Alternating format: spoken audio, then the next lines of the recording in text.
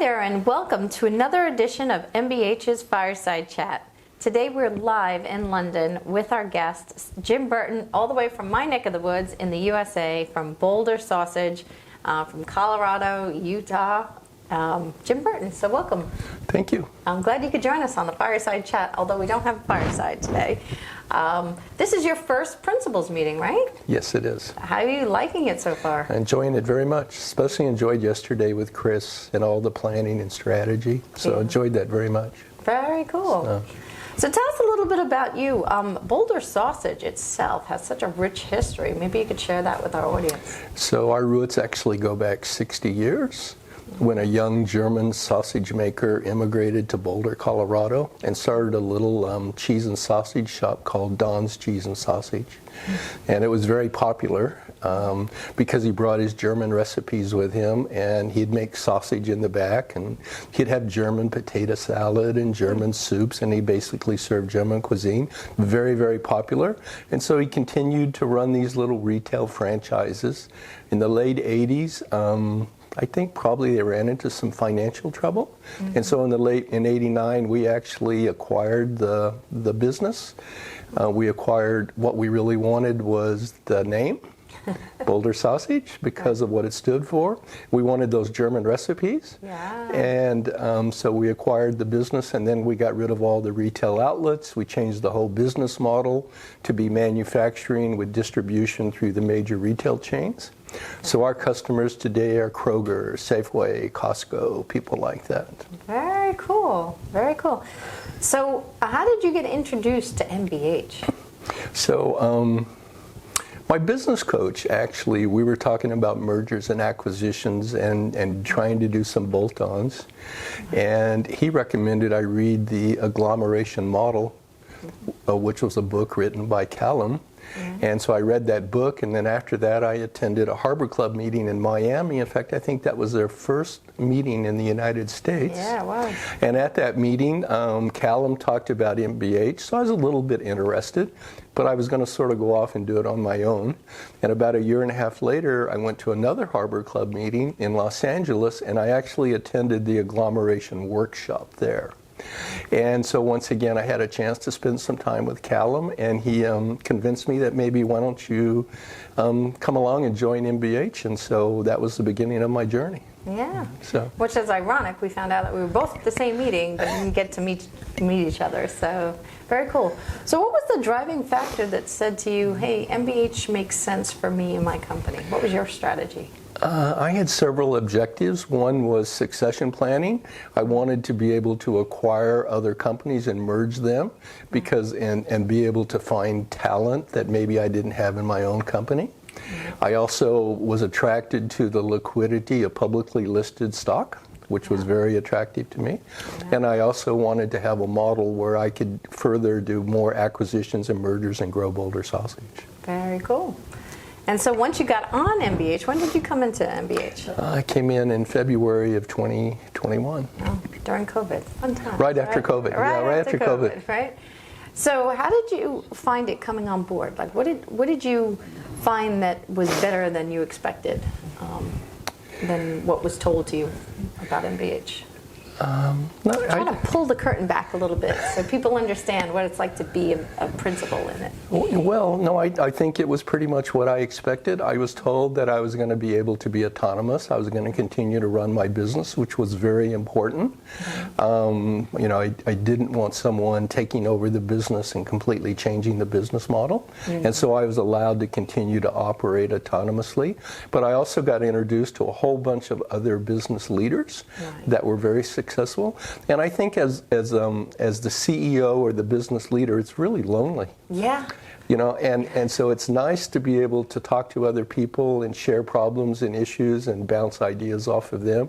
And then I'm now a member of several of the Tiger teams, and those Tiger teams, they consist of principals of MBH, and we're actually creating the strategies and the direction for MBH. So I'm on both the acquisition strategy team, the capital raise team, and then I'm also on the acquisition committee, which is really great because we're actually screening the acquisitions in advance and making sure they're really a good fit for MBH before we bring them in. Yeah. So, that was one of the changes that the new CEO had implemented with Yes. these Tiger teams, gave more empowerment back to the principals as far as the direction, like you just Yes. said.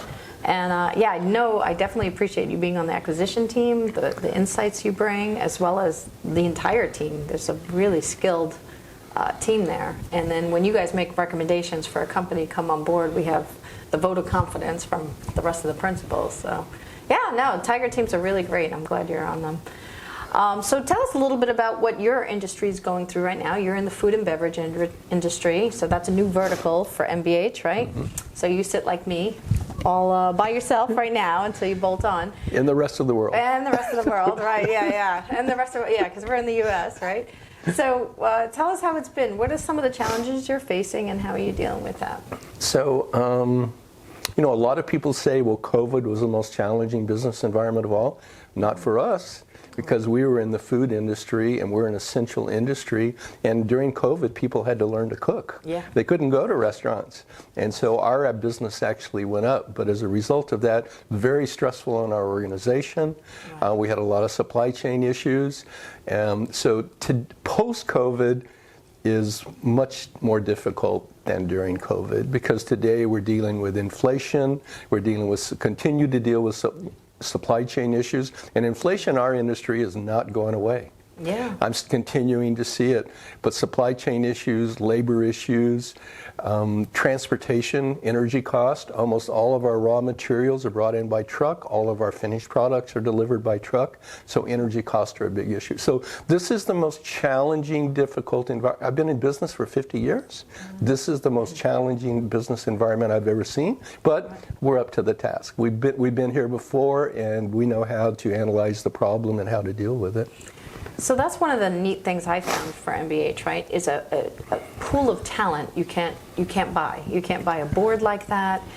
So when you come to events like this, we're all experiencing some of these challenges, and masterminding on ways to pull together and collaborate has been, for me, very beneficial, even if we're across the pond from them. But I found that working as teams, so now we're starting to work more alliance in verticals, or different verticals, to help grow. So hopefully, I think all small businesses are feeling this more post-COVID than the actual COVID, because of the result of inflation. And we quite frankly, we haven't had that in almost 40 years, right? That's right. So it's a new challenge, but like you said, everybody's up to it, and we all have the experience. I think that's the most impressive thing. I mean, the youngest companies are, I think, 12 years old. So you have a lot of talent in that. Tell us a little bit about, if a principal was thinking about joining MBH, what would you say to them? If you want to continue to grow your business, if you want to have a vehicle where you can take advantage of publicly listed stock, if you want to work with a group of like-minded, skilled, successful entrepreneurs like yourself, and if you want to look at succession planning for your business, because none of us are going to be in our business forever. Right. So we have to plan for succession planning. So I would say, if those are the boxes you're checking, then I think MBH is definitely a good option for you to consider. Very cool. And then we also have lots of investors that invest on our publicly traded side. What would you say to an investor? Why is MBH a good fit for a lot of people as well? So I have a lot of financial planning background, and I know that, investors have a lot of options in large cap and small cap and international and all those things, but they don't have very many options in the small business market. And small businesses comprise more than 50% of the GDP in the United States. They employ more than 50% of the employees in the United States. And so it's a significant sector of the economic economic growth in our economy, but most people don't have access to that. And so when you invest in MBH, you have the opportunity to invest in a very diversified portfolio, now over 27 companies in 6 different verticals with very seasoned management team. And so you have an opportunity to tap into this market, and you can't do that anywhere else. That's true. And what's most impressive to me is that even during the entire time of COVID, we continued to grow. We didn't Yes. show any losses on that. So it's pretty impressive on the revenue side. We didn't dip at all. So I think it's the diversification makes sense. You know, Yes. I work with the real estate investors, and I love the hard asset, the tangible asset. But I also see the wisdom in having multiple businesses that have sustained and were profitable when they came in, you know. So that's a great investment. Well, the diversification is really the key. Yeah. You know, because some of our businesses are going to be up, some of our businesses are going to be down. We'd like for them all to be up at the same time, Yeah, that's- none of them to be down at the same time. Unrealistic. But diversification is that hedge against that risk, and so that's what MBH brings to the investor who wants to be in that segment of the market. Very true, very true. Well, thank you so much, Jim, for joining us today. We had to do this take twice, so I really appreciate you doing that for me. And for our listeners, thank you so much that you could join us on this episode of MBH's Fireside Chat.